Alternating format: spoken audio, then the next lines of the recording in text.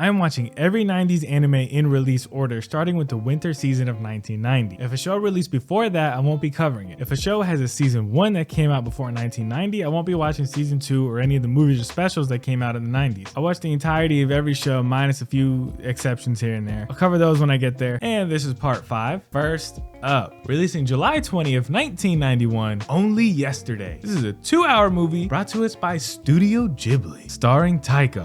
She's a 27-year-old adult who's about to take a vacation to the countryside to help out with her family farm. The movie goes back and forth between her in the present and her reminiscing on her childhood. As a kid, she was a bit of a brat, but I say it was an allowed amount for a child. She kind of just thinks about random events from when she was a kid. One day her family gets a pineapple and it's a bit of a thing because they've never had a pineapple, but when they eat it, they get disappointed. But I still think that's a neat time, something simple as a fruit. It's like, whoa, I ain't never had that fruit. Let's all sit together and have some. At school, there's a boy who likes her, and he's the school's ace pitcher. She gets real shy about it, and he was real shy about it too, right? One day after school, she's on her way home, and he's waiting for her to ask her just one question. He goes, hey, do you like cloudy days? She says, yeah. And then he runs away all smiling and happy, right? Kid crushes, that's how they are. Well, she gets happy too, and then she runs home and starts swimming in the sky. I know that it's just all in her imagination, but it caught me off guard. It was good. It was funny. One time she gets a cold and her mom signs this note that she should skip gym class that day. The mom stamps it with this family stamp. That's pretty official over a little note. I guess so the kid can't forge it, but still. In the present, she gets to the farm. She gets met by Toshio, who drives her there, and we get to watch them buckle up, and she starts helping them pick flowers. At the farm, this girl's trying to get some pumas. Well, you said you'd buy me some new running shoes. Running shoes can't cost that much. Yes, they do. No, they don't. Well, Pumas sure do. Back to the past. Papa,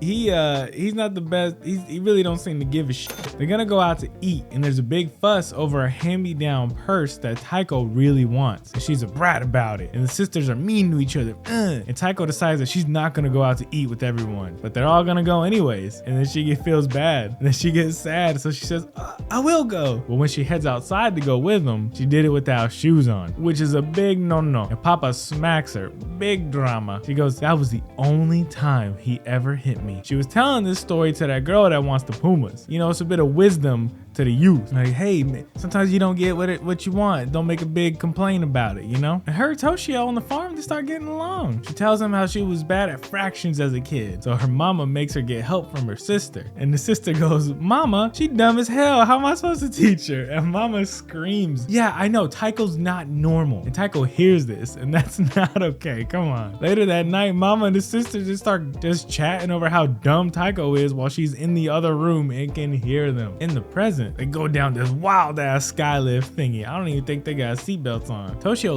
loves farming. He talks about it all the time. And Taiko's really starting to enjoy it too. And she tells him about how one time as a kid she was in a play where she had one line. Well, somebody saw that and was impressed by her one line. So they asked her to take part in a play where there's going to be a career opportunity for her if she does well. But Papa says no show business. So she can't do it. She did a little drama in high school after that, but nothing ever came of it. Well, time passes on the farm and she's going home tomorrow. But Grandma asks if she wants to marry Toshio, stay here and live. And she really seems to like it, and she seems to like Toshio. They start pushing it on her a little bit too much, and Teito gets overwhelmed, so she runs away. Toshio, who doesn't know that the older people asked her to marry him, picks her up because he sees her on the road and then chill in his car. She just feels easy with him, comfortable, but it's time for her to go home. She gets on the train. While she's on there, she's thinking, and she sees visions of all the little kids from her class, including herself. And after she thinks for a bit, she gets off the train at the next stop and gets on the train going back to the farm. When she gets there, she calls Toshio on a payphone because it's 1991. He comes to pick her up and they drive off together and the credits roll. This was a sweet little story. It's kind of about her life. I give it, there's a part where Teito and the farm girl touch fingers and it does this wish mountain effect. It came out of nowhere.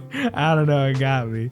It's an interesting choice to just pull out right then. Out of 10. Up next, releasing July 20th, 1991, Magical Taruruto-kun OVA. This is a half-hour long and we got another one of these. We're back in Magical Taruruto and I could not find this sub. So this is all stuff I just think happens. It opens up with Hanmaru and he's beating Hiroshi at wrestling in front of the whole school. Then later in the showers, he overhears Hanmaru talking about his win and that he used magic. And after that, Hiroshi buys every magic book he can find and summons his own magic helper. He's tired of losing and she uses one of them party horns on you. So I'm like, whoop, them little toot toots, and it makes you like her. And this bully shirt says Java. Hiroshi starts impressing everybody, but purple hair here is unimpressed and goes to the park. Hiroshi didn't like that she was unimpressed, so he follows her and takes her ball top thingy, and to get it back, she whips out some nunchucks quick. But the party horn girl, but they party horn her, and the evil chick gets another jewel on her hand jewelry. Then Hiroshi invites everybody on a cruise to an island amusement park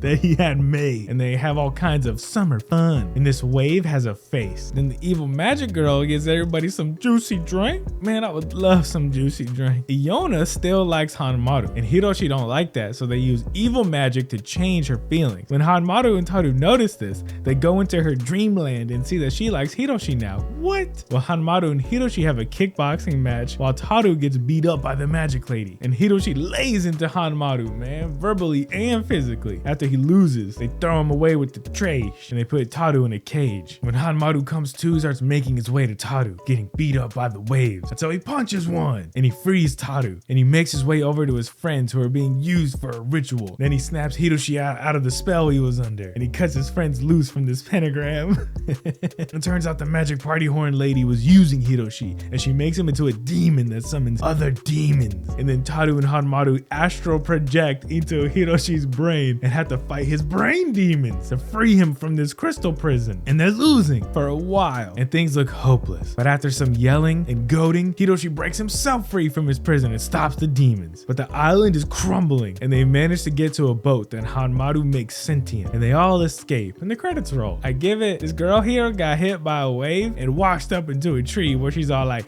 it looks funny to me. That's not a natural pose. Out of 10. Up next, releasing July 21st, 1991, kyoufu Shinbun. This is 2 30-minute episodes, and we open at Ishiro Private Academy. At school, everybody's talking about ghosts and spirits, but Kigata here, he don't believe in no ghosts. Well, that night, a newspaper floats into his window. It's called the Horror News. It says that it will be there every night at midnight and turn him into a believer. It shows him an article about a car crash that will happen tomorrow. The next morning, he runs into his teacher who's supposed to die in that car crash, and he tries to warn her. He shows her the newspaper, but to her it's just a normal one. Well, she runs ahead and gets hit by a car. Now Kigata's freaking out. He asks a girl about the newspaper at school, and she says she's heard about it. Apparently, every time you get it, it shortens your life by 100 days. Damn. That night, he tries to block his window up, but the paper just breaks through, and a ghost comes out of it and explains ghosts to him. Basically, it's your soul. You have a soul, and ghosts are spirits, they're your soul. That's the basics. He talks with a journalist who's willing to hear him out, and the journalist spends the night at his room, and he doesn't see the ghost, but he sees the newspaper as a regular newspaper, and he just rips it in half. Kid, see, there's no such thing as ghosts. Well, the journalist gets force choked by the ghost and thrown out the window.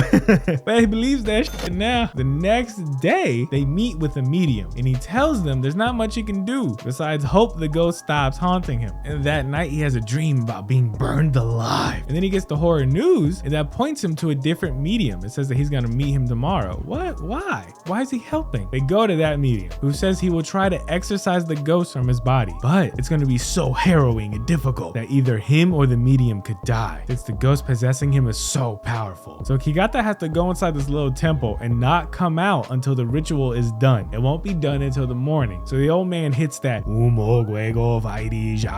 sticks him in the temple. The spirit doesn't like this, and he starts messing with the priest, and he's also playing tricks on Kigata, trying to make him leave. He's doing voices and being all, oh, the ritual's totally done, bro, come on out. But it's a trick, and when that trick doesn't work, the ghost naturally strikes the medium with lightning, and he dies.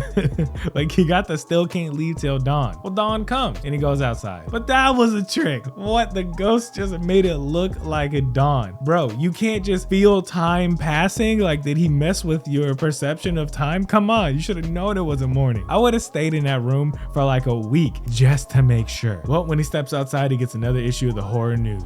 But the priest comes back to life, so that's cool. Then later at class, he notices this girl has that damn look in her eyes, and he asks what's wrong. She had a spooky dream last night about a ghost that wanted money. They visit her family grave, where it rains real quick, and the ghost shows up and says, I won't let your family go. And that night, he gets a new copy of the horror news that tells him that the girl is being haunted because of her family tomb. you see. They put up a new family tomb recently, and putting up a new family tomb undid some special protection that was on them. So they go to see an exorcist who tries to help them, but he gets possessed by the ghost haunting her and he can't help at all. Then her brother learns that a very long time ago, their ancestor owed a dude money, but they couldn't pay. The guy was gonna snatch up their ancestor's sword in exchange for cash, but their ancestor just killed him instead. And as that guy was dying, he cursed their whole family. So that's why he wants money. Later, the ghost possesses the brother, scares the sister into walking into the street, and then she gets hit by a car. Then the brother gets unpossessed and loses it. He starts freaking out like, oh, this ghost is messing with me. And he sees the ghost and tries to beat it up. But that's a trick, because the ghost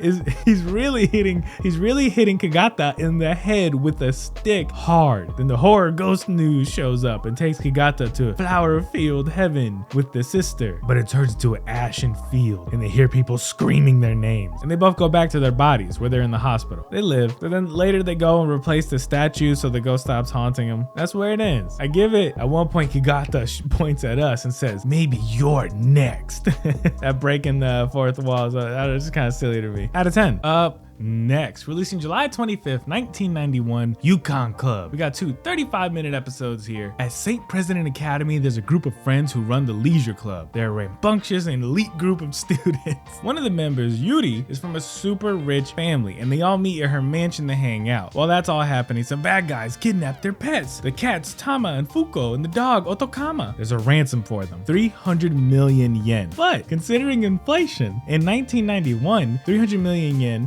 would have equaled $2.3 million today. They argue about whether it's worth it or not. Even if the chief of police, who's a family friend, he comes over and says, look, it ain't worth it. They're just pets. But they aren't just pets. They're part of the family. And finally, Mama says that it's getting done. They're gonna pay the ransom. The kidnappers send them a clock and a phone, because this is 1991. And he tells them to set it to midnight. And that's when a bomb will go off and kill the animals. And don't involve the police, who are already involved. It doesn't matter. They're instructed to come to this bridge and drop the money off the side, and everybody gets ready. And they drop the money and a chase starts. The bad guy's on a motorcycle and he's all brr, brr. And our crew, they're in this truck, and then the truck opens up and then they come out on these tiny helicopters and they start chasing the motorcycle man, and they fly down and pick him up. And so now they're carrying him by the arms, but he kicks one of them in the face and he throws the other through a window. But this is just a cartoon, so they're fine. Eventually, one of their friends, Bito, he's driving around and just happens to hit the kidnapper while he's driving. They crash into this pole, and then the pole falls down and lands on him hard. So he's unconscious in the hospital and he can't tell them where the animals are. So everyone's out looking for them still. Well, during the scuffle, Seishiro here noticed the martial arts that the bad guy was doing. And he goes to this dojo and he gets some info about people who have trained there, and he figures out that guy's identity. And I like Seishiro's sweater. It kind of looks like a crayon. That sounds like a high school diss. This dude could be talking shit and you hit him with that, man, your sweater look like a crayon. Oh, your homie starts shaking you. Oh, you ain't have to do that. You ain't have to do that. Using the guy's identity, they found out a warehouse that he owns, and they find the pets inside. Oh, yay. And the bomb. Awesome. And they just gotta leave. But the door gets shut and they can't get it open, and everyone starts freaking out. But Seishiro kicks this pipe and fills the room with water, and their dad makes this noise.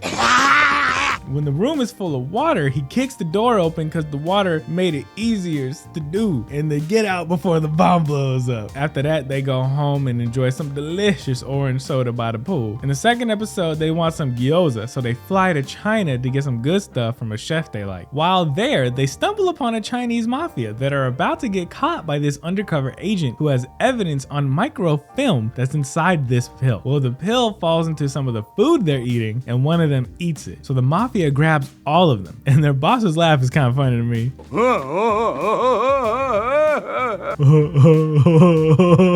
The boss of the Chinese mafia has everybody caught, and he uses them as a ransom, calling Mama and telling her to bring the money. Also, he makes everyone use the bathroom because someone had to have eaten the pill. He makes them take laxatives, and they got to do their business in these ducks. So they all start taking dumps, and the bad guys got to check their dumps. When they finally find the pill, our guys use this opportunity to attack. They're scrambling for the pill when the dog eats it, and then they get out of there in the confusion. Well, Mama still shows up with the ransom money, and she's meeting with the bad guys arrives and they're gonna betray her. And she saw this coming, so she takes off her coat and reveals that she's covered in dynamite. So they drop their guns, but she gets a little too close and the main bad guy puts a knife to her. But our heroes bust in with a truck and beat up all the bad guys. Our heroes win and get away. Later, they wonder why Seishiro never had to take a dump. He says he didn't take the laxative. What? They get mad. This show was good. What a fun little hidden gem. I never would have thought. I give it during one of the scuffles, a gun gets kicked in the Noriko's hand and she starts screaming and blasting.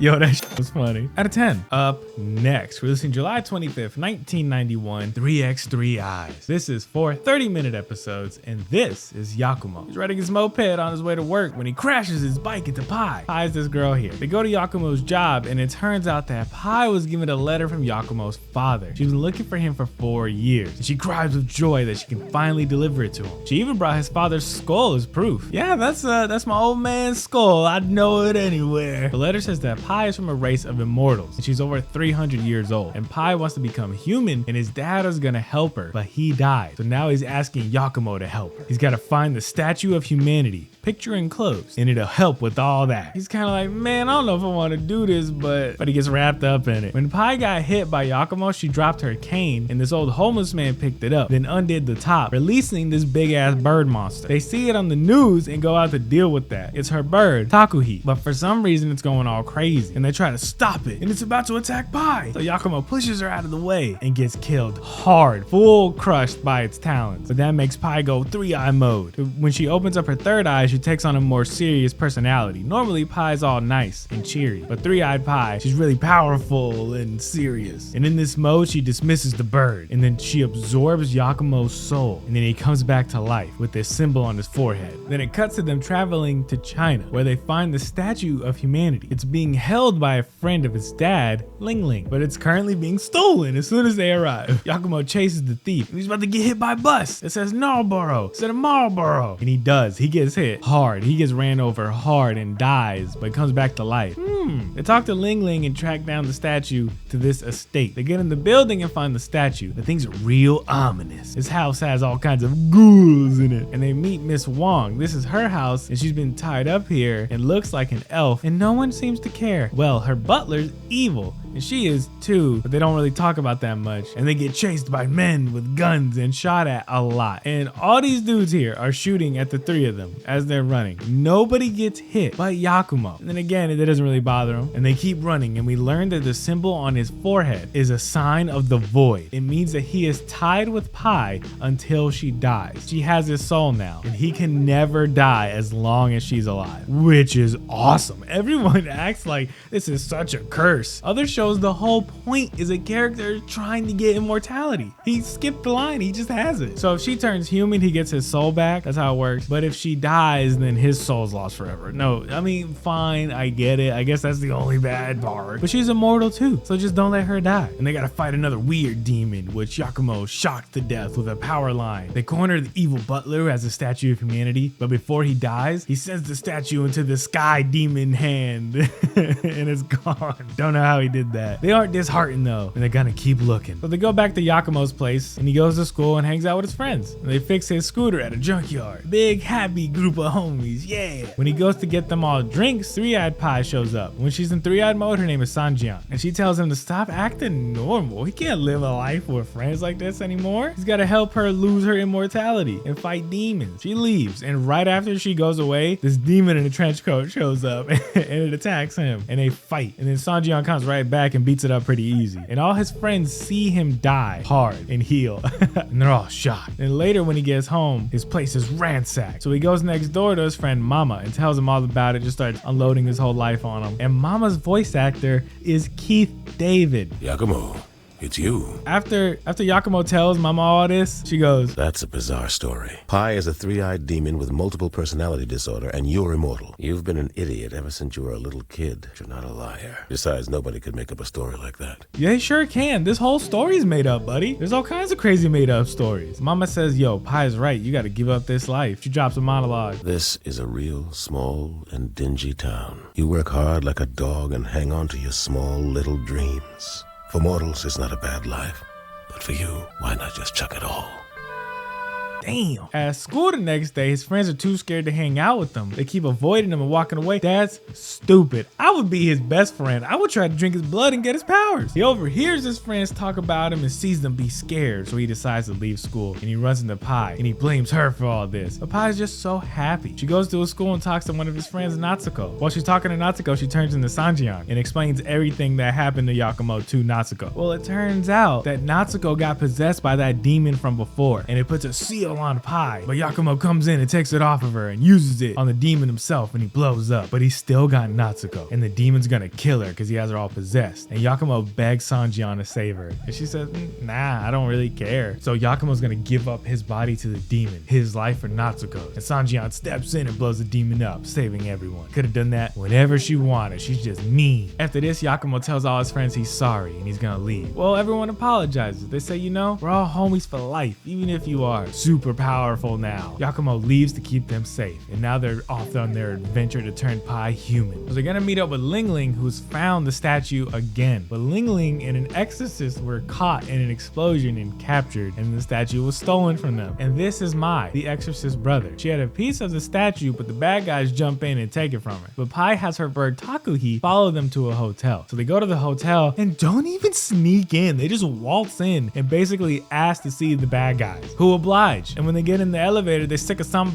demon after him. It blows up the bird's head, killing it, and they capture Pai, and Yakumo gets knocked out a window. He sneaks back in and sees them performing a ritual to Cayenne Wang, a god of destruction. They start the ritual, and it's all ominous and sacrificey. They're gonna sacrifice Mei. Yakumo interrupts the ritual and fights the demon for a while, getting beat, but he grabs the statue of humanity and holds it hostage. I'm gonna break this unless y'all tell me what's going on. They tell him that Cayenne Wang wants the statue because it has power, and whoever gives it to him will be given immortality. That's what this is all about here. Well, after explaining this, the demon catches Yakumo off guard and is gonna use his hand to sacrifice Mei. But Yakumo cuts off his own hand. Then Pai shows up with a gat and Ling Ling and homies with more gats. And they shoot the place up and then they dip. But Pai sees the statue of Cayenne Wang and has a moment. Gets up all close and glittery-eyed moment. When they notice that she's not with the whole crew, which is crazy that they didn't notice. The whole thing is her, I don't know. Yakumo goes back in to get her, and he can move his severed hand with just like telekinesis. That's a cool ability to fight the demon. Cut to Pai, who sees this mysterious stranger, and they stare at each other for a while. So Yakumo shows up and takes her to the chopper. They escape, but later in the streets, that guy shows back up, and Yakumo chases him and gets beat up until the dude leaves. Then something possesses Mei and makes her steal the statue, but Sanjian releases her from her possession. After that, they have a party, and during it, Yakumo and Pai talk about their feelings, and they share a kiss under the starlit sky. After that, Pai does the classic, I'm gonna go fight the bad guy alone because I don't want anyone else to get hurt during this fight. So she goes to fight that mysterious man from earlier alone. And Yakumo realizes this and chases after her. We only get a glimpse of her fight with the bad guy. She does a big self-destruct. Cut to some time later. Pai is gone, but Yakumo hasn't lost hope. He thinks she's still out there somewhere, and he's off being a homeless boy on a train, riding it to who knows where, saying he will help her become mortal. They share a soul, so he knows that as long as he's alive, she's alive. It's really not the ending I was expecting, because it's not the ending. This bad boy's manga has 40 volumes. Maybe one day I'll read every manga so you don't have to, but not today. I give it, his version of immortality is crazy. He can get completely crushed and just come back together within a minute. Why would you ever want to give that up? Out of 10. Up next, releasing July 25th, 1991, Asatte Dance. This is 2 40-minute episodes. At the start of these shows, it usually puts up like the studios or the sponsors for the show. At the start of this one, we got Coconut Boy. And this is Tsukichi. He goes to university and runs this little theater where they're all broke, and he ends up having to pay for most of the stuff they do, all the flyers and sets, and they put on performances. And because of that, he's broke all the time too. And he's thinking about quitting school and taking a full-time job. Well, his granddad recently passed away, and this lawyer goes to his apartment one night and plays him a video from his granddad's will. He's leaving Tsukichi around 450 million yen, which, when you account for inflation, would be 536 million yen, which would be $3.3 million. But to get the money, he has to finish university and get a wife. Well, there's this mysterious woman, Aya, that he starts to have naked relations with. She was there when he was watching the video, and now she's like, oh, you know what? I might just stick around, if you're gonna get all this money. I can be that wife. The show bounces between those problems and him running the theater theater. The building they rent to do their plays and rehearse is also rented by a yakuza that tells them to quit being so loud. Well, they upset him some more, and Aya, the girl that he's living with, she goes in and puts on a performance to get them to forgive them. Acts all tough. And it works. And the yakuza says he's gonna come to their play and it better be good, or else. The day of the play, the yakuza, he shows up and he brings all his yakuza friends, and they're all in the front row. And everyone loves the show. Yo, even though the guys were all nervous to perform, their nervousness ended up making things more funny. And afterwards, the yakuza tells them that they're a good troupe. Tsukichi, he has a part-time job at Lightning Burger, but the word lightning is just a lightning bolt. That's neat. My man stays broke, and everyone in the group is supposed to put money towards the theater, so he goes to collect. And they're all jerks and won't pay up. So he goes to the yakuza for help, and then when the yakuza shows up, suddenly everybody has money. After collecting all the money, the yakuza end up taking half, and they still want more. Bro, this wouldn't have happened if everybody had just put in their part from the beginning. Then the debt collectors start paying the yakuza to get the troops' debt, so they get desperate, and the fellas start sleeping with women for cash, but they're still short on money. Tsukichi goes bald from the stress. It's time to collect, and the yakuza show up. The troop, they're all at the theater, and everybody's dressed up as cowboys, and then they pull out guns, and then the yakuza pull out guns, and everybody starts blasting, ending with everybody getting shot. But the guns were fake, and everybody was just having fun. The yakuza were even in on it. Then these three over here, they hug over being bald, and the yakuza leave, and I guess the debt is forgotten. That's what it is. I give it, for a few minutes, this becomes softcore hentai, and they be fucking like chill Western music, man.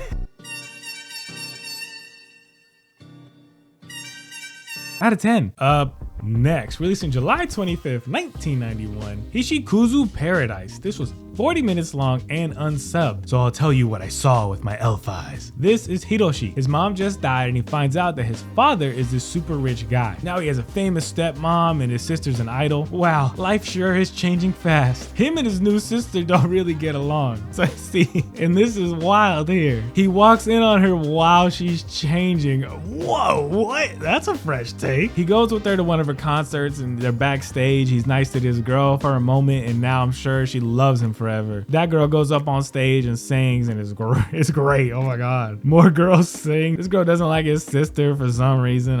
His sister goes up to sing, and they go home. Time passes, and he's adjusting to his new life. You ever find it hard to adjust to new things? Maybe our sponsor could help you. I'm lying, there's no fucking sponsor. I'm broke. One day his sister's gonna be late for her show because they're stuck in traffic, so Hiroshi gets out of the car, steals a bike from this guy, and rides him to the concert, even though he's really sick. They get there on time, and she goes in and sings her heart out. Then later, sick boy Hiroshi, while he's in bed, he gets sat by. His sister sits there. Oh, lots of blushing. Then she walks away, and Papa and Mama want them to get together. What a life, man. Whoa. I give it. He has a butler that can flex his clothes off. Out of 10. Up next, releasing August 1st, 1991, Kekkou Kamen. It has two 40-minute episodes, and this one's created by Go Nagai. So you know, the train is about to go off the rails. And as we all know, a train needs fucking rails. This is Spartan Academy, a school where the teachers are Nazis and make the kids study crazy hard. They make the students take tests to the point of exhaustion, and anyone who can't keep up is shamed. Takahashi is one such student. She goes to sleep during a test, so she gets fucked up.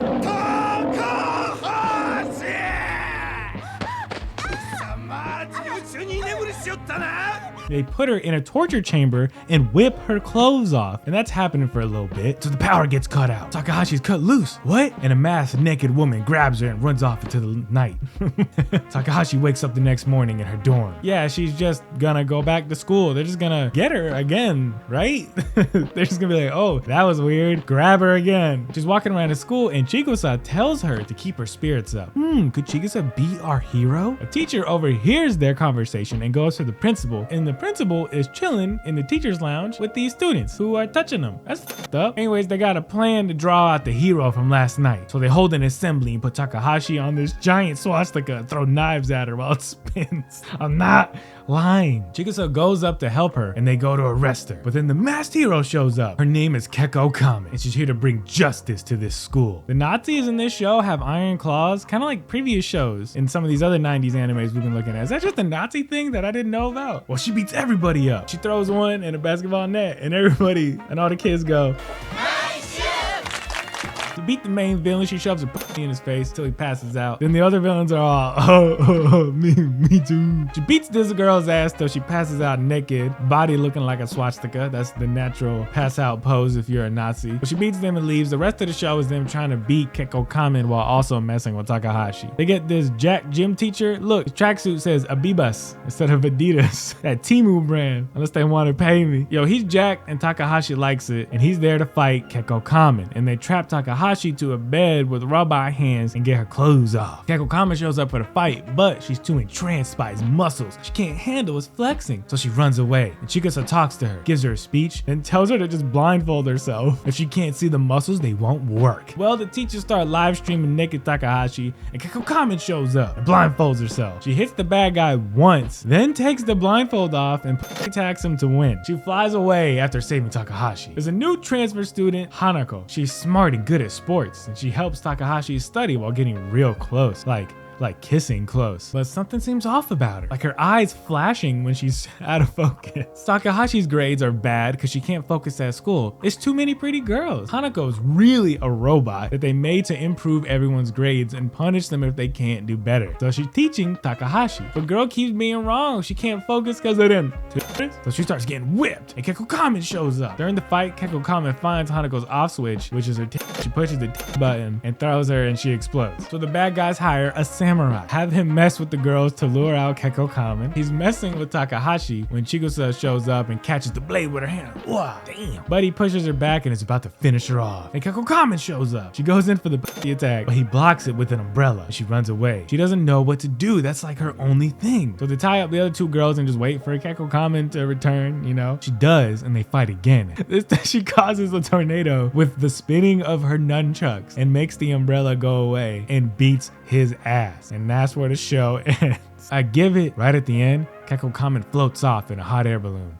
An underutilized mode of transportation. Out of 10. Up next, released on August 16th, 1991, Ningyo no Mori. This is an hour-long and created by Rumiko Takahashi, who brought us Ranma and Inuyasha. Yuta here is sitting around in public all day and these cops don't like it. You better start doing something, man. He runs from them and gets shot down in the snow like a dog. They leave his body, and when they come back to dump it, he's gone. What? Cut over to these twins, Sawa and Towa. Towa is sick and dying, and Sawa doesn't want her to die. So she gives her this mermaid blood that she found and tells her to drink it, that it will save her life. And the blood gave her a demon arm and it hurts. Ow. Then her mutt laps some of it up and becomes a demon dog. 50 years later, Yuta has a friend, Mana, who is immortal like him. They don't really talk about how. The two of them are hanging out and then Mana goes off on her own, following this cat and then falls off a cliff. This doctor finds her. He's the doctor who lives with the twins and he keeps her body. He's gonna cut off the corpse's arm and put it on Towa. They see that this girl isn't dead when they start doing that, so now it's all, oh snap, we got an immortal. Yuta goes looking for Mana but gets attacked by the demon dog and dumped at sea. But he comes back the next morning and we learn that he ate a mermaid's flesh 500 years ago and now he can't die. He snoops around the estate and follows Towa to this creepy dog kennel. Give me Mana back. But she says no and stabs him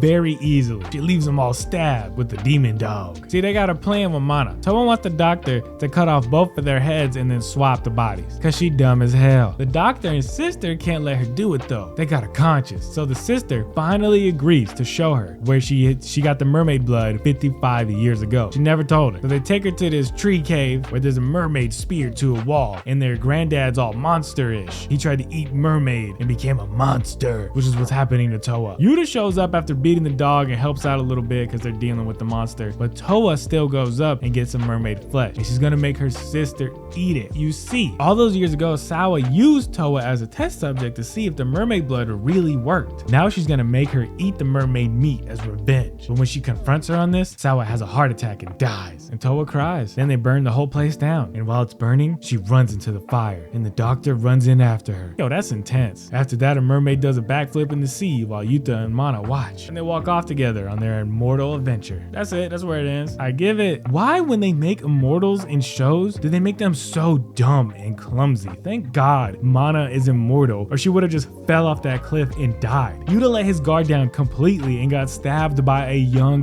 girl. Like, Like, if I'm standing there and a little girl just starts suddenly trying to stab me, I can stop her. Like, yo, no, wait, quit that. Don't do that. Just because you are immortal doesn't mean you have to completely let your guard down all the time. Like, if these people weren't immortal, they would have died 100 different times by now. Out of 10. Up next, releasing August 17th, 1991, Arslan Senki. This is 6 episodes. The first 2 were an hour each, and the last 4 were 30 minutes each. So Arslan Senki has a more modern release from 2015. And I haven't seen it, but it's longer and it probably takes more time explaining everything because this one moves kind of quick and it doesn't really get into the intricacies. Like, you can see where, like, there's the names of all these countries and there's all these side characters that we see, but we don't really learn anything about. It's still watchable. I'm just letting you know that it's just more of a skim of the overall story. Arslan is the son of King Andragoras and Prince of Pars. Lusitania is attacking Pars, and on paper the battle should be won, but Andragoras is betrayed by Karlan. Pars is defeated and Andragoras is captured, so Arslan flees with Dariun. They go to Narcissus for help. He's a former lord and tactician who was let go by the king and now lives in these mountains. He agrees to help after Arslan promises to make him court painter after they win back Pars. Next, we have Give, a master bowman and musician. Barangis, a warrior priestess. She is sent by her order to protect Arslan. She meets Give on the road and they decide to go to Arslan together. Arslan has a plan. They know that Karlan is trying to lure him out, so they trap the trapper. They pretend to be cornered by Karlan, but then they set off a dam and flood out all of his forces. Then Barangis and Give show up in the fight. Dariun chases down Karlan and questions him on this rickety bridge. Why did you betray us? Karlan tells him that Arslan is not of royal blood. Then Dariun falls, and he catches himself when he's holding onto the side while his hand is getting stomped on, which is crazy. I don't think I could have held on. Then when Karlan sees that he's cornered, he jumps off rather than face punishment. We learn that the bad guy here is the mysterious Silver Mask, who is really Hermes, the son of Osiris, who was the true king of Pars before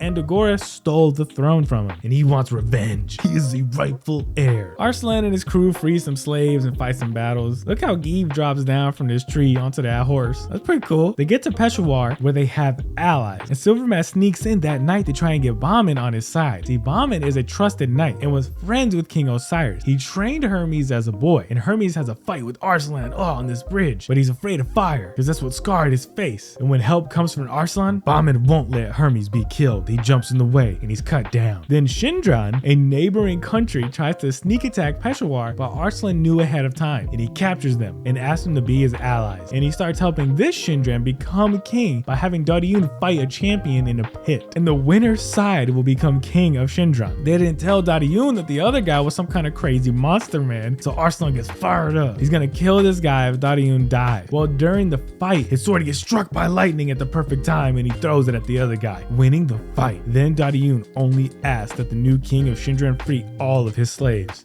Once Arslan has made it back to one of the major cities, other troops arrive to serve their prince. Their enemies are gathering forces as well, and things are heading to a big war. One scene, these two guys on the Par side are arguing, and one of the generals throws a spear from right here. He's behind them, but the spear lands like this in between them. That's a crazy throw. I don't know how he did it. Time passes, war continues, and now it's time for them to take back the capital, Ecbatana. On the way, they capture castles and defeat forces. They capture a castle where the people are too proud to surrender, and they'd rather take themselves out, and they start jumping. Yo, Arslan loses it for a bit, because he wasn't gonna hurt anybody, man. And if you surrendered, you was cool. They talk for a while about strategy and the enemy forces, where they've gathered and where they should strike. It's all neat to hear. It's just words, but they're neat words. All sides are preparing and talking about the battle for 20 minutes. Silver Mask goes to the ancient sword Ruknabard. The sword was used by Kai Oslo, and Give is there and he tries to stop him, but the sword is denying Silver Mask and causing a cave-in, so one of his men throws it down a crevasse, and Give leaves after that since the issue is resolved. As long as Silver Mask doesn't get that sword, whatever, he leaves. Just the magic sword moment, but it's over. The king Andragoras breaks free from his prison and takes Lusitania, the king's brother, hostage, then takes his own queen and flees the capital. Meanwhile, Arslan defeats Turan forces, so the king returns and doesn't like what Arslan has done, abolishing slavery and stuff. He doesn't like that people like Arslan, so he tells him to go to the southern coast, and he can't return until he gathers 50,000 1,000 troops, and none of his close friends can go with him. So Arslan heads out alone, except shortly after all of his homies show up and go with him. It ends. I give it Azriel, his bird companion that is always by his side, out of 10. Up next, releasing August 17th, 1991, Silent Mobius, the movie. This is an hour long. Tokyo, 2028. Kitty is getting laser chased through this foggy, futuristic corridor. She was tracking down their target and lost it. She reports to Maeve, who's in their jet station, who radios Nami, who's throwing talismans for a barrier. And Katsumi shows up at the scene, the Spira Tower. They're hunting a Lucifer Hawk, which is a demon thing. Katsumi is made a pact with her own demon thing that becomes a sword and gives her powers. She engages the Lucifer Hawk and remembers it. Then we go back in time to 2024. Katsumi's in town to see her mom since she's in the hospital. On the way there, she goes down this alley that she shouldn't have, one that she shouldn't be physically able to enter since it has special barriers up, and a monster shows up. What? She passes out and the monster says that she's the one. When she wakes up, she's met by Imp, the attack mystification police. They fight demons and such. Lucifer Hawks. Lucifer Hawks are from Nemesis, a parallel world. To even be able to enter this alleyway, Katsumi must be special. But they let her leave. She gets to her mom in the hospital, where they hang out for a while and hum together until it's bedtime.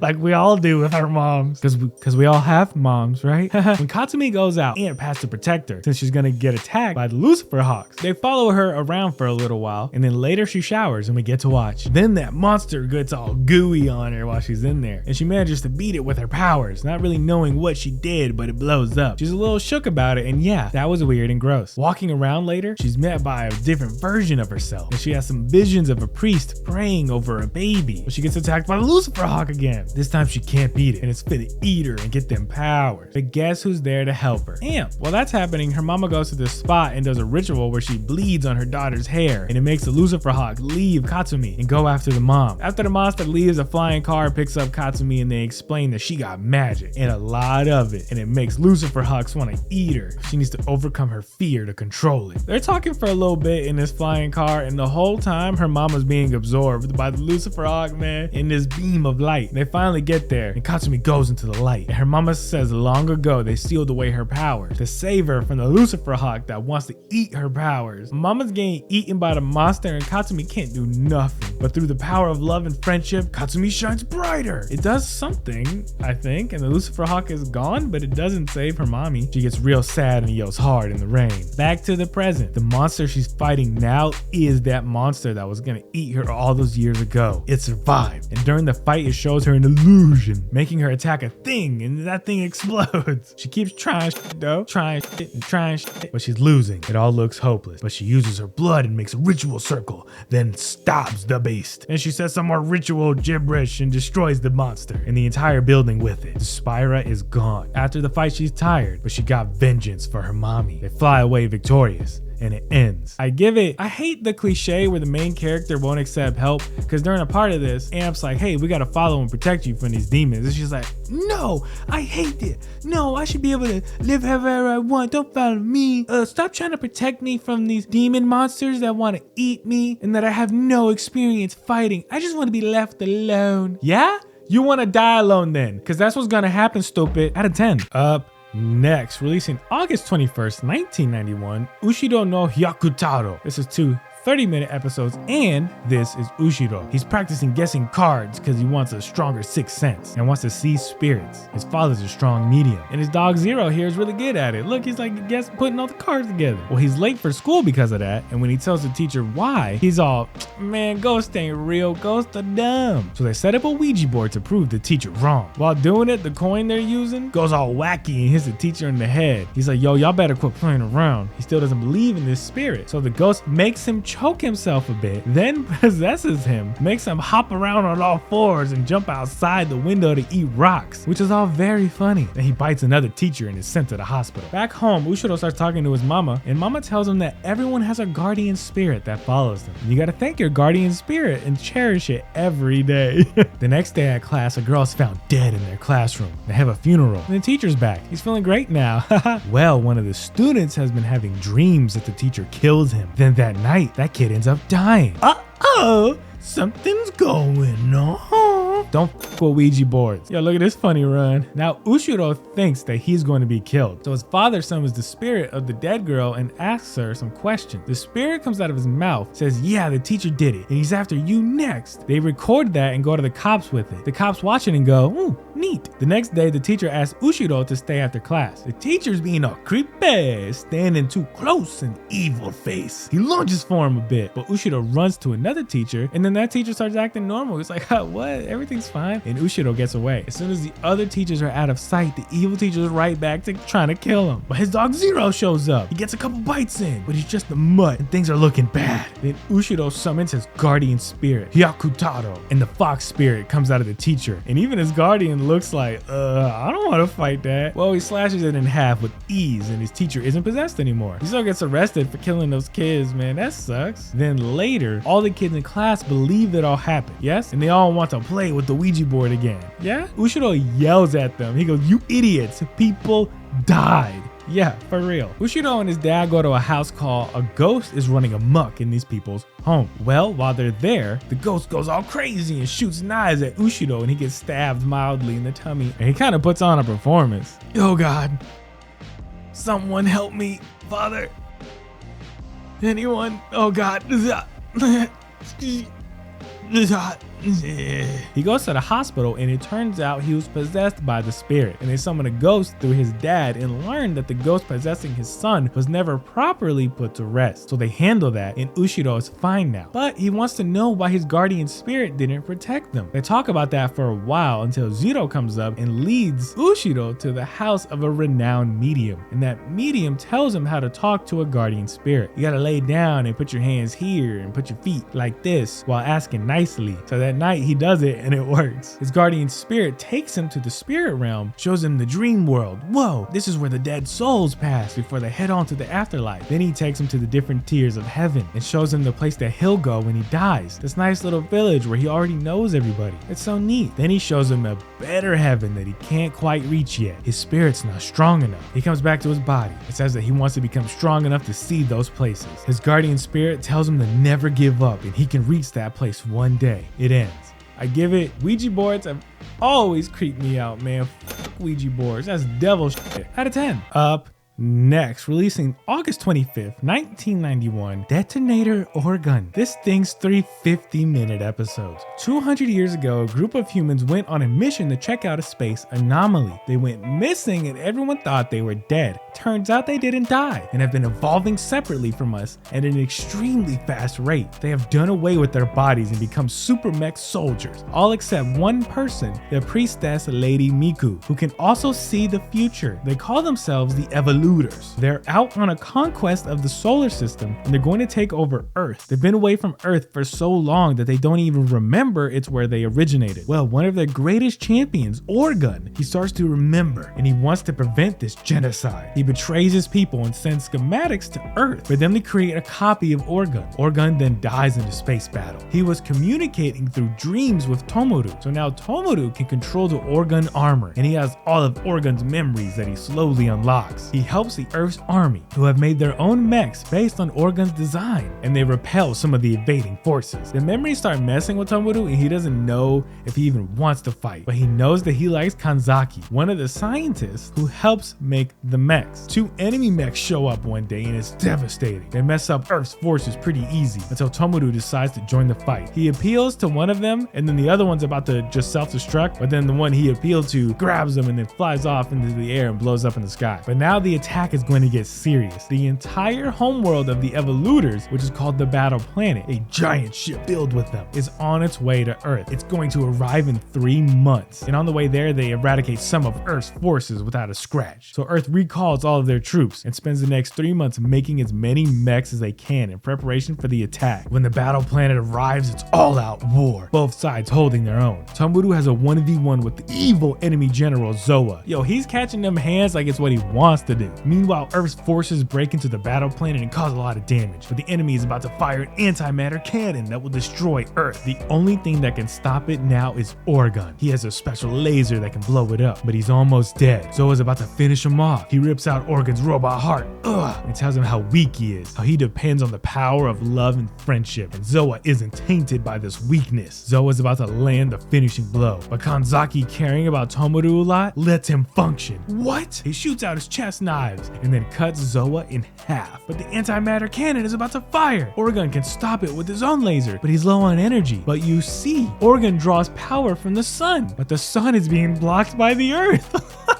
Well, this priestess on Earth, who I haven't mentioned because she barely did anything up to this point. She's kind of a mirror of Lady Miku somehow, I don't know. She uses her powers to make the sun move faster, and it comes into view and powers up Orgun. He uses that energy and shoots a beam that stops the antimatter cannon, saving the day, but he's out of energy and he's falling down to Earth. He crash lands on this beach. Kanzaki goes to where he crash lands and he's fine. She meets him with a classic run and hug, and a piece of the Evolutor ship lives, and Miku gathers what's left of her people and they fly away to continue their eternal evolution. Cut to the future. A kid sees a museum with Tomoru's jacket and Orgun. Looks like Tomoru only lived to 35 years old and that he was 17 during the whole show. Yo, that's crazy. That's where it ends. I give it. There's this dream game that Tomoru plays at the start of the show where it's kind of like a simulation. He beats bad guys and tries to save a girl. It didn't have much to do with the show. It was how he first communicated with Orgun, but I just thought it was neat. You go to sleep and your dream's a simulation. What if it got so real that you never wanted to wake up? Out of 10. Up next, releasing August 25th, 1991, Yokohama Meibutsu. We got two 50-minute episodes here. There's a tough biker gang called the Crying Babies. They got a notoriously tough leader named Katayama. One day, him and his group is chilling eating when Toshi here shows up, begging to join them. He's known as a really good street fighter, and they give him one condition. He can join, but he has to wear this jacket that has a city crying baby on the back. It's meant for people to make fun of him while he wears it and for them to provoke him. They want him to prove that he won't get into a fight for 1 month and control his anger while all these people mock him. Well, he's out one day when one of his friends is being jumped by these guys. He goes to fight them, then he remembers that he can't. Then he gets beat up and they kidnap him. Katayama hears about this and gathers up his whole gang to have a meeting with the whole enemy gang. Katayama asks for Toshi back and they bring him out all beat up, and Katayama starts a fight. He's fired up. And even though they're outnumbered, the Crying Babies have more tenacity, so they beat up the enemy gang. Toshi even joins the fight, even though it means he's breaking his promise. After they win, they let Toshi join the gang. Another biker gang hears about this, and so it starts a big war, and they pick off the members of the Crying Babies one by one. Katayama goes to their base and begs them to leave his group alone, and they say no, so he has to fight. And one of his friends shows up. He's not really a member of his gang, he just wears Hawaiian shirts, and they start beating everybody up. And this one guy keeps spikes on his tummy just in case you punch him. Together they beat up most of the members, but the bad guys have 7 masked members with spears, and homie's been stabbed. Well, the rest of the crew shows up. They sway the battle. Then Katayama and the enemy leader take turns punching each other, and they go down at the same time. So the bad guy pulls out a knife to seppuku, but his homies stop him. Aw, they love him. He too has the power of love and friendship. This ends the fight and the bad guys ride away. Then Katayama goes on a date with his lady, but this guy here, he's out to test Katayama's abilities. And while Katayama's not looking, he hits him a good one. It's funny. He watches Katayama all day while he's on his date. He's a bit of a goof, but he's tough. There's this guy who's the son of a yakuza, and he's beating up this guy in the street, and nobody's doing anything because they know that guy's connected. So Katayama steps in and takes some of the beating for this guy. Well, eventually Katayama can't take no more, and he hits him a good one. And the guy's yakuza dad shows up, and he pulls out a sword and cuts off Katayama's mask, but Katayama didn't budge. Then he berates his own son. He likes how brave Katayama is. Be more like him. And his gang shows up and they all rejoice. And the masked man testing him turns out to be another biker gang leader. He wants Katayama to be the boss of the entire Kanto region, and he turns it down. But a bunch of the leaders show up and convince him to take the job, and he accepts. That's all great. But how the fuck do they make money? I don't get it. They're just a gang that rides together. Do they do anything besides ride and fight? They have a little get-togethers and eat out, so I know they need money. Everybody need money. Give me money. Well, some dude ain't happy about him being the new number one, so they trick Toshi to meet them at their spot and beat his ass to make themselves feel better. During the ceremony to make Katayama the new boss, he chooses Toshi as his flag holder, which is a big honor. Then all the gang members put a drop of blood in this cup, and Katayama Akiyama's supposed to drink it, and he's about to when he sees that the gang leader that beat up Toshi has Toshi's keychain. So he puts it together and demands an explanation. So then it turns into a big old brawl and the crying babies beat up everyone. It's the next morning and he isn't the boss of bosses, but he still got his gang, love, and friendship. And he drives off into the sun. I give it, he was gonna drink that blood. You can't do that. It's bad for you. Out of 10. Up next, releasing August 28th, 1991, R20 Ginga Kuko. This is a 3-minute music video. Stay with me, I'll read the summary. A pilot from an unmade Gainax anime that was planned to follow their first movie, Royal Space Force Wings of Hanemais? However, Wings of Hanemais failed at the box office, and with the recent collapse of the Japanese asset price bubble, no company was willing to fund it. So this is a little music video that they made from all the leftover bits, and it ended up having a manga that came out in 1993. This music video has some cool shots, has some Akira vibes, and since it's so short, I'm just gonna let the whole thing play while we just chat a little bit, you and me, the fans at home. How y'all been? I got really sick recently. I hate being sick. The whole time you're sick, it's just, will I ever feel normal again? It sucks. I hate having a fever. I hate fever dreams. You need to get up and move, but like your body hurts. What's y'all's favorite cookie? I'm a chocolate chip guy myself. I really love a good chocolate chip cookie. I recently found this grocery store that sells probably the best chocolate chip cookies I've ever had in my life. I got one of them cookies right now. What y'all think deja vu is? That's weird, huh? Y'all remember that show, The Smurfs? Y'all know the bad guy?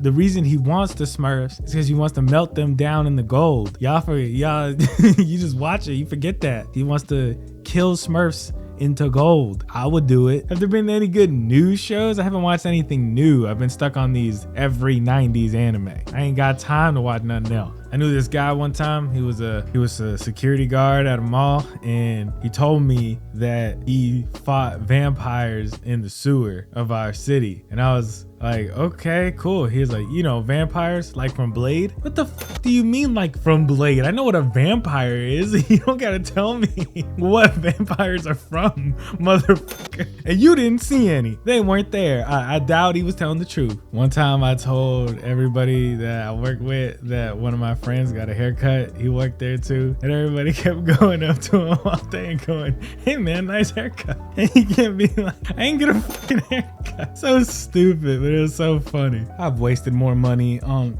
crane games than I like to admit. I drink coffee to wake me up. I don't really like how it tastes. There's some really good classics in the 90s that I'm looking forward to. It's neat that I'm seeing all these super obscure shows, but man, I'm just looking forward to just watching something I know is good. I am scared of copyright though, because one time I had some Ava videos. They got copyright struck and I was like, damn man, now I'm scared about what I'm gonna put on. And I started looking around YouTube and there's people out there that got like hour-long explanations on Evangelion. They got the whole show in the video. I can't do like a 20-minute video, come on. I guess that's what the Patreon is gonna be for things that get copyright blocked. But still, man, leave me alone. Just let me make cool, funny stuff. Well, all right, this is ending. I give it, these videos take a while to make. So thanks for being patient. Thanks for watching. Thanks for everything. Out of 10. Up next, released in September 1st, 1991, Meisou Border. We got two 44-minute episodes. There's a TV executive and he asked this guy to find two young men with a strong sex drive. So he goes to a guy he knows, Kubota. Kubota lives in a very dirty and rundown apartment, and the guy brings over some alcohol, and Kubota finds these two dirty glasses and gives him that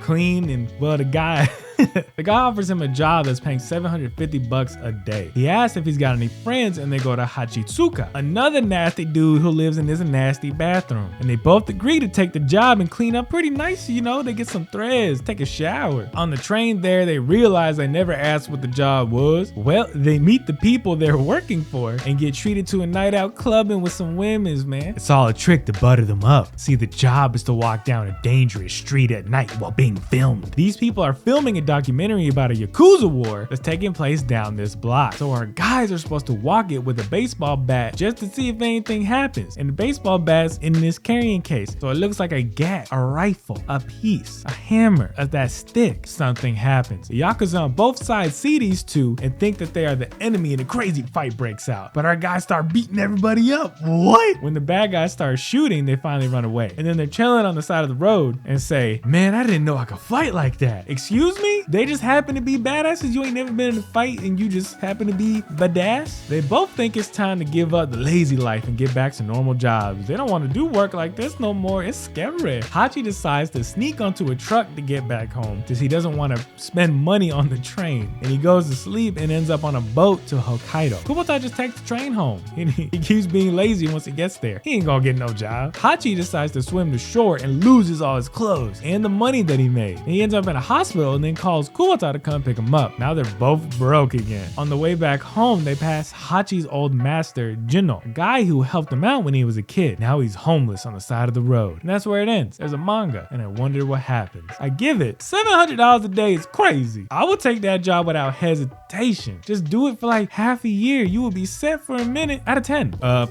next, releasing September 6, 1991, Ishii Hisaichi no Dai Sekai is 43 minutes long, and this is an unsubbed gag show about people who work at an office or are part of the government or something. It's hard to tell. I don't understand any of the gags at all, and it's got silly art. With other unsubbed shows, I can at least suss out a plot, but this one, I don't know. I give it this part.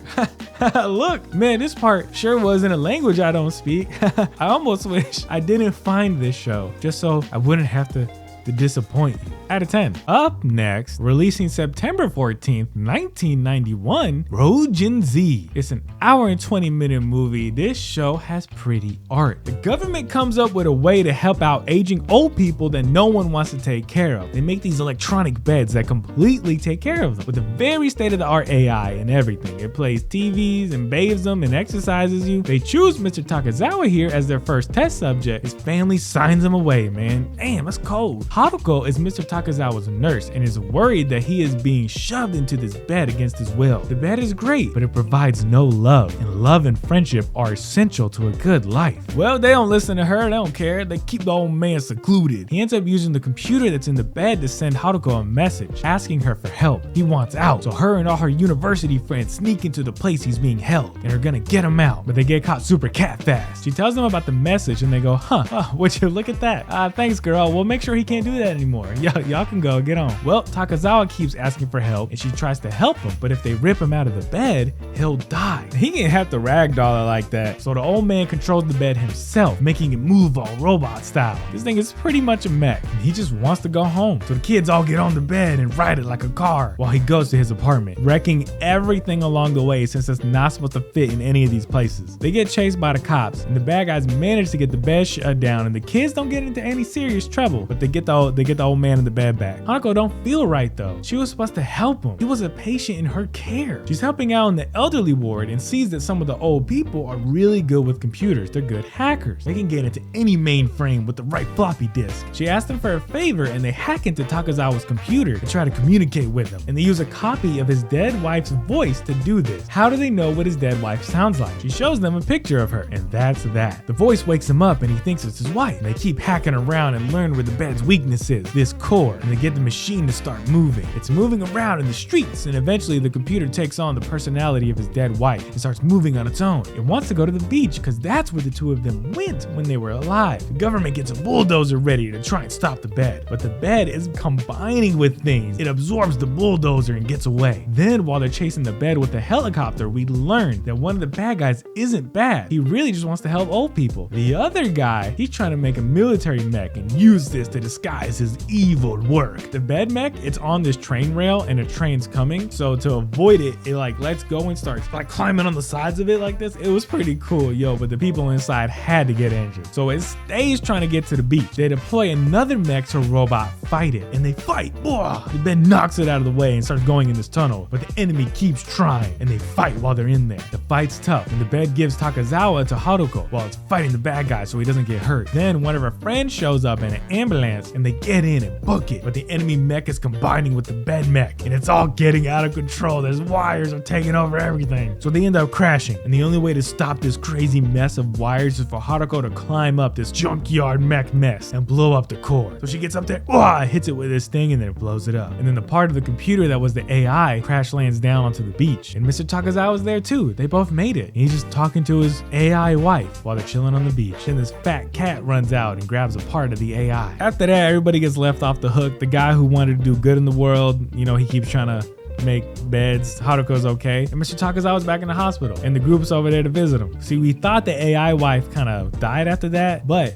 she didn't. It takes over a bunch of stuff, a big Buddha and cars, and it just combines together. Then comes back for Mr. Takazawa. And everyone does a prayer and screams while it's on its way. And it ends. This was pretty funny and heartwarming, and it had good action. It was a good movie. I give it. This guy's voice sounds like a Muppet. Ground control just radio through that they've lost track of the quarry. Oh my god, that's crazy. Out of 10. Up next, releasing September 21st, 1991, Izumo. It's got 2 50-minute episodes. We got an old-timey land with skyships and kingdoms and fable and magic. And we have Izumo, the prince of Nakatsukuni. Izumo doesn't like studying. Nah, my guy wants to frolic. Nakatsukuni is a peaceful land with a magic sword of legend, Ame no Murakumo no Tsurugi, that's supposed to be crazy powerful. Oh my god. During an assassination attempt by this blue vampire man, this girl Sanai warns Izumo that he's about to be stabbed, saving his life. After that's over, the two of them are smitten. He takes her on a glider flight of love and wonder. He's happy during the flight, but also he gets very serious. Look at his face.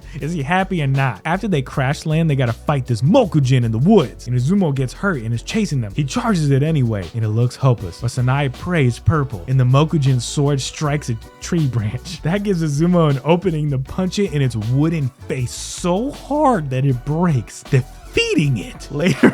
Later, an old friend of the king shows up with all his troops. Hey, we're all just here to hang out. But it's a trap. They're going to attack and catch our guys off guard. But Izumo overhears their plan and attacks their leader, then sends word to his people. And the enemy decides to cancel their attack and retreat, while Izumo is fighting the vampire man from earlier. And during the fight, Sanai gets stolen by this mysterious man after he sees the mirror Sanai wears on her neck. On the ship, we learn that Sanai has a dragon tattoo, and that makes her part of an ancient clan. Using her and the mirror could summon an evil dragon. And the bad guy tells her all this close as fuck while she's got that damn look in her eyes. Izumo gets on the ship before it takes off, and he looks for Sanai. And when he gets to her, he has to fight Takeru, the mysterious man. And he's losing, but the ancient sword Ame no Murakumo no Tsurugi shines bright, causes the destruction of the skyship, and they jump off onto their friend's glider. Now they know that people from other nations will stop at nothing to get their ancient sword Ame no Murakumo no Tsurugi. So they get ready. They're preparing for another attack. So Izumo starts training so that he can wield the sacred ancient magic sword Ame no Murakumo no Tsurugi. Izumo and Sanai have a touching moment where she thanks him for saving her life. I'll always save you, Sanai, forever and ever. He puts a flower in her hair. Then they hold hands during a galaxy glitter moment. The shots are so silly. Galaxy hand spinning, then serious hugging. They kiss. Well, the princess from another kingdom shows up to make peace with these people, and Izumo got the hots for her. Ooh, so Sanai gets jelly, and the princess puts a little statue on Izumo's head that gives him that damn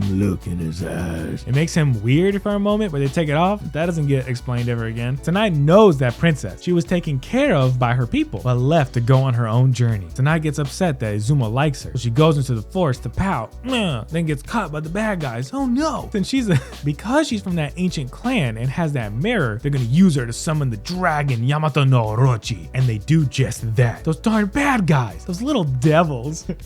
So Izumo draws the ancient sword Ame no Murakumo no Tsurugi and goes off to fight Yamato no Orochi. The dragon is rampaging hard, burning down all the people while Izumo chops off one of its heads. Then the princess casts fly on him. Then he zooms around and he's cutting off most of its heads. And the bad guy goes, not bad. Not bad. He's flying around and cutting off ancient dragon heads. What's he gotta do? But the buff ends and he can't fly no more. And he won't die. So Sanai grabs the mirror from its summoning pool and shakes it around a bit. And it makes the dragon unsummon. And the ancient sword Ame no Murakumo no Tsurugi floats off into the sky. And the bad guys fly away with Sanai. And Izumo swears to go find her. That's it. That's where it ends. I give it on the ship when he was looking for Sanai. The vampire man ambushes him and starts choking him out from behind. And Izumo, he gets choked out. He passes out. But it was a trick. Izumo was pretending to be choked out and then throws a spear through his back. Ah, the classic pretend to be choked out. I haven't seen that since '91. And I have always wondered if pretending to be choked out would work. Out of 10. Up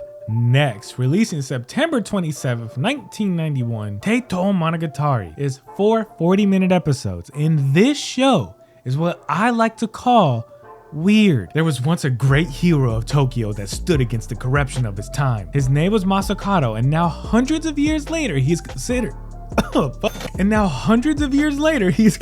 the guardian deity of Tokyo, but only while he sleeps. If he is ever awoken, all of Japan could be destroyed. He's buried in this rock tomb. Well, in the year 1907, this evil bison-looking man, Kato, is trying to summon Masakado's spirit. He hits him with that "arise," but Masakado won't. Cut to Yukari riding her bike in town and is briefly met by Kato. She also sees a grim vision of the future. Hirai here shows up in town. He's a powerful old man adept at dealing with evil spirits. Soon after he arrives, he has a quick fight with Kato. They both just flex their powers a bit and Kato leaves. Hirai has been called here because Tokyo has plans to become a better city, but they want their evil spirits purged first. Yukari is chilling at this lake when it goes all crazy. It shows her a crumbling tower and lots of blood. Then Bison tries to take her spirit, but Hirai stops her. Wait, his name's Kato. Kato tries to take her spirit. We learn that Yukari has a spirit that has seen death, because one time her brother almost choked her to death when they were littler, and that gives her some kind of strange power since she's seen death's door. It's why Kato gravitates towards her. The next day, she goes to pray at a shrine, and these spirits almost take her friend with their creepy tentacles. And then while she's being messed with by Kato, he kisses an eyeball into her mouth and she falls down some steps. That's for real. Later that night, Kato tries to steal Yukari, and Hirai goes out to fight him, and it's all hand movements and symbols and explosions and paper that turns into birds. But after that short skirmish, Kato leaves. They were fighting it by this river, and Yukari ends up washing up on shore. They take her home and are worried about her. Man, they go, oh, what might be wrong with her? A lot of shit, I would guess. They start performing a ritual that's supposed to help out with all this insanity, and Kato attacks during it. They're in a church and he can't get in, but he managed to sneak in a monster inside of the church that interrupts the ritual. The ritual fails and Kato starts flying away with Yukari. So Hirai sees him going away and he shoots an arrow at Kato, but Kato used some kind of magic, and the arrow goes through his glove. His glove has a symbol on it and it's matching the symbol that he put on Hirai, and the arrow wounds Hirai instead once it goes through the glove. That is a cool and simple spell. Kato gets away. He puts some purple energy into Yukari's cooter and tries to use her to awaken Masakado, but Masakado rejects the offer. But now Yukari is carrying Kato's child that will be powerful, he says. Yukari is back home and, well, her brother goes to choke her into sleep again, then f***s her. Hirai commits seppuku for his failure, and they learn a lot about Kato's past, which does not end up being important at all. Cut to 15 years later. Yukari's become a little fishy sturby while she's cooking, and she has a daughter, Yukiko, and she seems normal.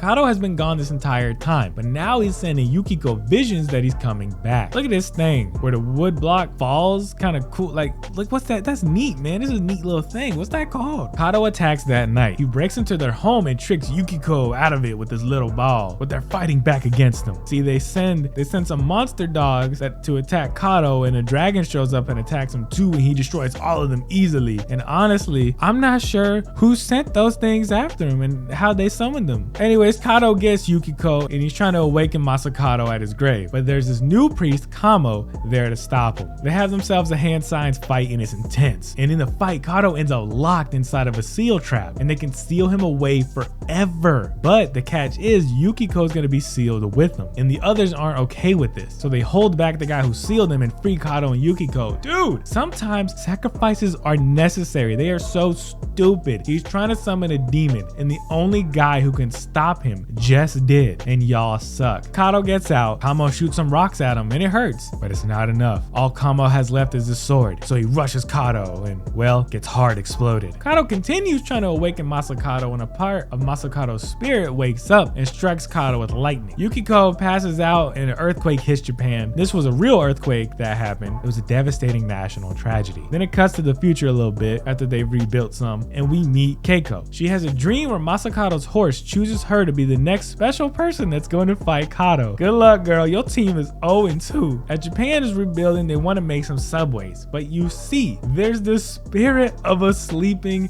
dragon in the ground, and all the tunnels will upset the dragon. So they gotta make the tunnels while avoiding him. Sometimes I watch one of these shows and I go, what happened? What am I supposed to tell the good people at home when I'm not even sure what happened? I start to think I'm washed up. Then I remember that I did that show, The Dark Myth. And if I can explain that, then I can explain anything. So yeah, there's this guy, Kuroda, who can tell where to dig to avoid the dragon spirit. Things still happen, like there's a meeting about all the issues right now, and yo, Yukari be hard chilling, lean back, man. The demons brought her a chill I can only dream about. Kuroda is trying to find the right places to dig, and Kato comes out to mess with them. And down in the tunnels where they're digging, some people are getting tunnel eaten, and he thinks it's Kato's doing. Well, Kekkou is watching over Yukari and Yukiko now, and Yukiko almost gets took by Kato, but she stops it. And Yukari ends up upside down possessed on the roof for a little bit, but she chills out. And they go out for a walk, and another earthquake hits, and Yukiko passes out. So Kekkou goes to the grave of Masakato and prays to it, and manages to calm the underground. And the government, who are also trying to deal with other people getting killed in the tunnels, bring in a fucking robot in the 1920s. So they go underground with that, and Kato, and I'm not lying, comes in on a giant flying manta ray to battle Kekkou, who is praying her ass off. And he's so smug about having the manta ray. He's up, look at us, he's like, hey, I bet y'all wasn't expecting this. Y'all wasn't expecting this. She prays so hard that the manta ray blows up through her faith. But Kato still manages to magic away Yukiko by absorbing her through her bed. And Kekkou chases them, and they fight in the tunnels, where Yukiko's being absorbed, and the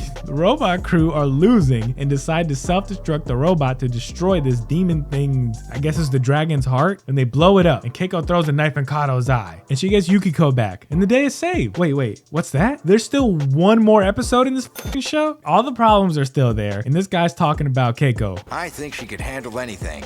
You can see it in her eyes. She's got the sort of inner strength that would allow her to face even death itself without turning a hair. She has the face of an angel and the spirit of a samurai. I wish someone would talk about me like that. I got good virtues. Keiko's gotta fight them demons in her sleep, man. Weird things are still happening. The moon is getting closer to Earth, and constellations are changing in the sky, and Yukiko starts doing good math for Demon Kato. The math Yukiko is doing, these other scientists look at it, and it points to the moon moving closer to Earth. You see, Kato has some new chain pulling shadow demon friends, and he's doing some kind of portal thing that's pulling the moon in, using the math he's getting from Yukiko to complete this task. The demon man, who uses crazy demon magic and summons giant manta rays, needs math to pull in the moon. They all have a meeting and decide that Kato needs to be stopped. Yeah, no shit. Well, Tatsumiya thinks that killing his sister and Yukiko will stop the problem, and that's when they learn that Yukiko is his daughter. Gross. They stop him from doing that. Kekkou finds out where Kato is and heads there for the final battle on a magic spirit horse. And everything is going crazy. The moon is getting too close to Earth. Masakato's grave is shooting it, and Keiko's fighting demons. Kato's chanting this chant, and Kekkou makes it to his chamber, where she's overcome by shadow monsters. But instead of fighting them, she smiles, and the demons are purified. Kato keeps trying to destroy her, but nothing works. She walks right up to him, gives him a hug and a kiss. A big light flashes, and they both disappear. She defeated him with the power of love and friendship. Then all the craziness stops. The moon is back where it belongs, and the constellations as well. Everything is peaceful, and it ends. I give it 2 hours